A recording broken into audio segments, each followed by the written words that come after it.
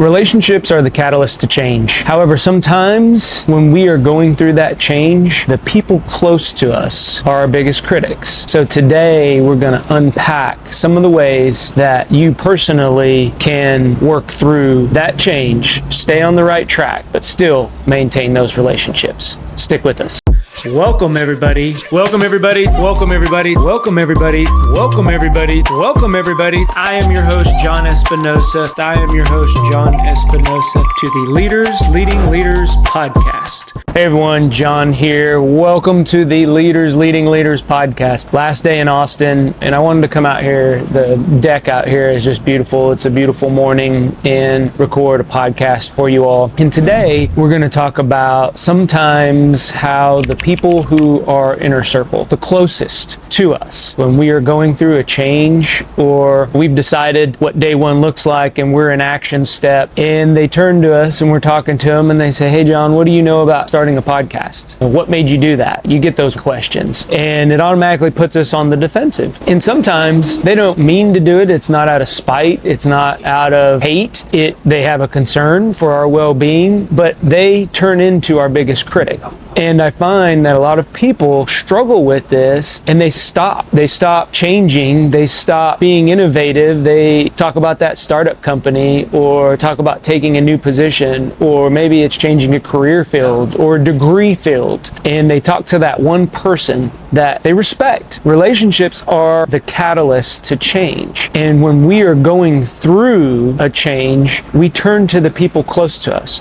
But what if, just what if, the people we turn to aren't ready for us to change? We've made the decision, we've figured it out, we've gotten the motivation, we've identified that ambition, whatever you have done to change, and the people around us aren't ready. A little bit different spin on that, right? So today, I wanted, again, to share an example, share an experience that I have had in the past, and then talk about some ways that I was able to work through that, okay? So, first of all, I think to start off, when I was trying to find exactly what I wanted to do, I mentioned I work in the restaurant field for quite a bit. I also worked in the healthcare field. And as I was getting into training, finding my way, figuring out what about training do I want to do? Do I want to be an instructor? Do I want to develop training?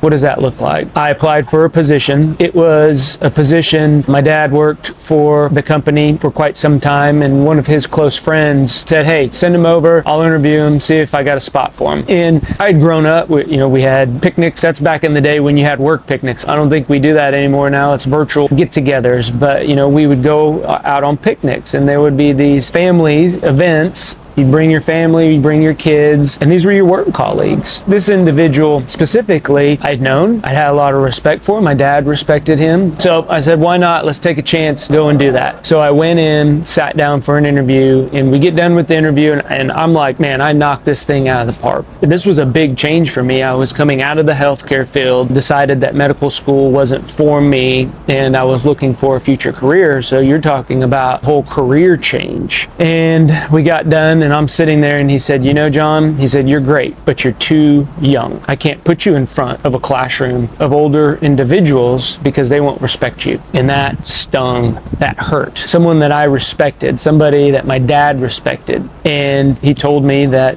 I was too young. And so I could have approached that a couple different ways, but we're going to talk through some of the ways that it fueled me. I let that light a fire to prove him wrong. I knew that I was fully capable, but I wanted to make sure that he knew as well. And so maybe you have that person out there that you've sat down and you expected them to say, hey, you're great, go for it. I'm here, I'm going to support you. Whatever you need, let me know. And instead the conversation switched and it said, what are you thinking? Why are you doing that? What would make you think that you are capable of that change? So if you're there, let's talk through that. So a couple things that I was journaling this morning as I was thinking through that situation, and a couple things in the first place. When we embark on something new, it's natural for us to have that fear of failure.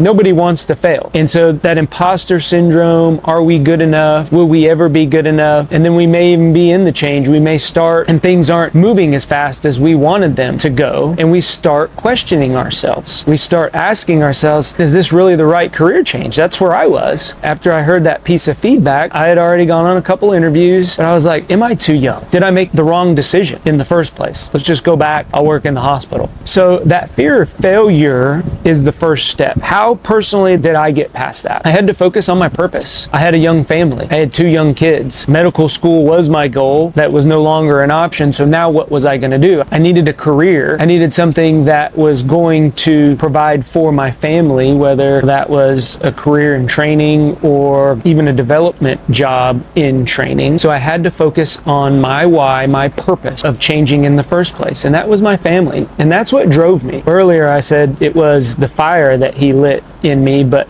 it was because my purpose was so strong that I wasn't going to let anybody stand in my way. No matter who told me I couldn't do it, I had a laser focus on where I was going. I took the feedback. I appreciated the information that he shared, but that wasn't going to stop me. My ambition drove me past that fear of failure into the next step, which I had an interview the very next day, and guess what? I got the job. I got the job, but if I would have stopped, if I wouldn't have taken that interview, or if I would have went into that interview the next day with a bad mindset, with that still on my mind, I probably would not have gotten that position, and I wouldn't have been in the position I am today because things just worked out. I got into one position and then I got recognized and I got into another one and so on and so forth. But it's that one thing, and you guys have heard me talk about this, Ed Milet, huge on just one more. If I wouldn't have taken one more interview, I wouldn't have started that cascade of activity, those events that got me here today. I could have let that event impact me, my fear of failure overcome me, and I would have stopped. So if you're there, focus on your purpose, that fear of failure. Your relationship goals. When I look back, that individual who gave me that advice, I respect them and I valued them. So one of the other things that I did was audit my relationships. And you all have heard me talk about this before. Those in your inner circle that you are taking advice from, when you are making a change, and maybe they're not ready for you to change, but that's them. That's on them. I had to surround myself with people who were ready for me to make a change. I was ready. I had to match that energy. We talk about we receive and we give energy. So my energy, I had to go find relationships that matched my energy because I was excited. I was ready to embark in a new chapter of my life. But if I surrounded myself with people who, and again, a lot of times they're our closest loved ones and they do it because they care about us. Any parents out there, we do it to our kids. And I catch myself when they say they're going to go start something new or they want to try something out. We're like, have you really thought about this, this, and this? But we do it out of love because we want to protect them. We don't want to see them hurt. And that's the same way. And I'm talking about those types of individuals. I'm not talking about the naysayers out there. They're going to question you no matter what. I am talking about our loved ones,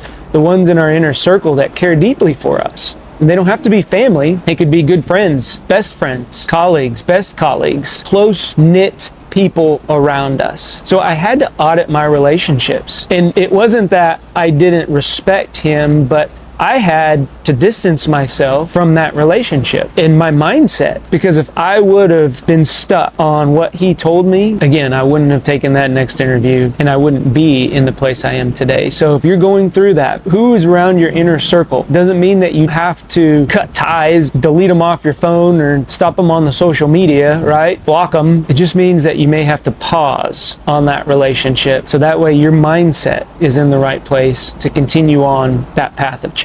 And then hold space. Again, goes back to you need to hold space for that relationship. Just pause it for a minute or months or years. When I was starting this podcast, I needed to hold space for relationships because I needed more time to devote to doing this. This was something that was near and dear to me, but I also needed to make sure that I had time for it. So I couldn't continue to spend time with everybody that I was spending with because I needed to devote time to this. So I had to hold space for those relationships. Those friends, those relationships are near and dear to my heart, but it's just not the time. We go through seasons of our life, and in those seasons, we need different things. And so our relationships, again, that energy, giving and receiving, also change. change throughout those seasons. So hold space for those relationships. And then last but not least, this is something that I had a tough time with, but when you are going through change, celebrate those small wins. I always used to have that mentality, okay, what's next? What's next? But what I've learned is if I celebrate those small wins, give myself 24 hours, pat myself on the back, way to go, John, and then what's next? But those little wins add up into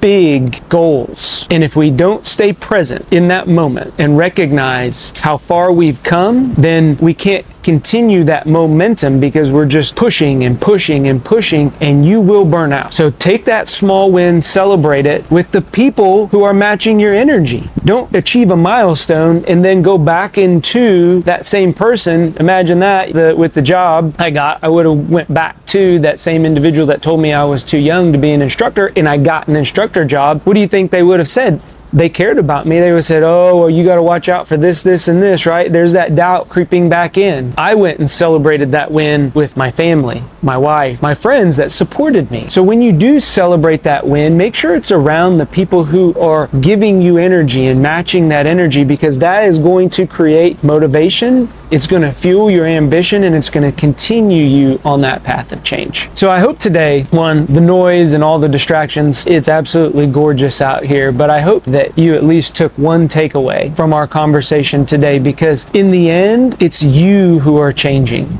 It's you who need the support. A lot of times we don't get selfish when we are going through change. We surround ourselves with people who we think are going to support us, and then they don't. Creates another challenge. The cards are stacked against us when we're going through a change. Surround yourself with those people who are going to support you. I know that a lot of times the ones that we think will support us the most, they don't. And it's not because they don't love us or don't care about us. It's the exact opposite. But when we're there, when we're in the mud, it's important for us to see that, hold space for that relationship, push pause, remember our purpose, and celebrate those small wins to continue on that path of change. I appreciate you taking the time to listen. I believe in you. Go be great. We'll talk to everyone later. Bye. If you like what you're hearing, do us a favor, click on that subscribe button, give us a thumbs up, or leave a comment. That lets us know that what we are putting out benefits you. If you want additional information or resources or learn how to work with me,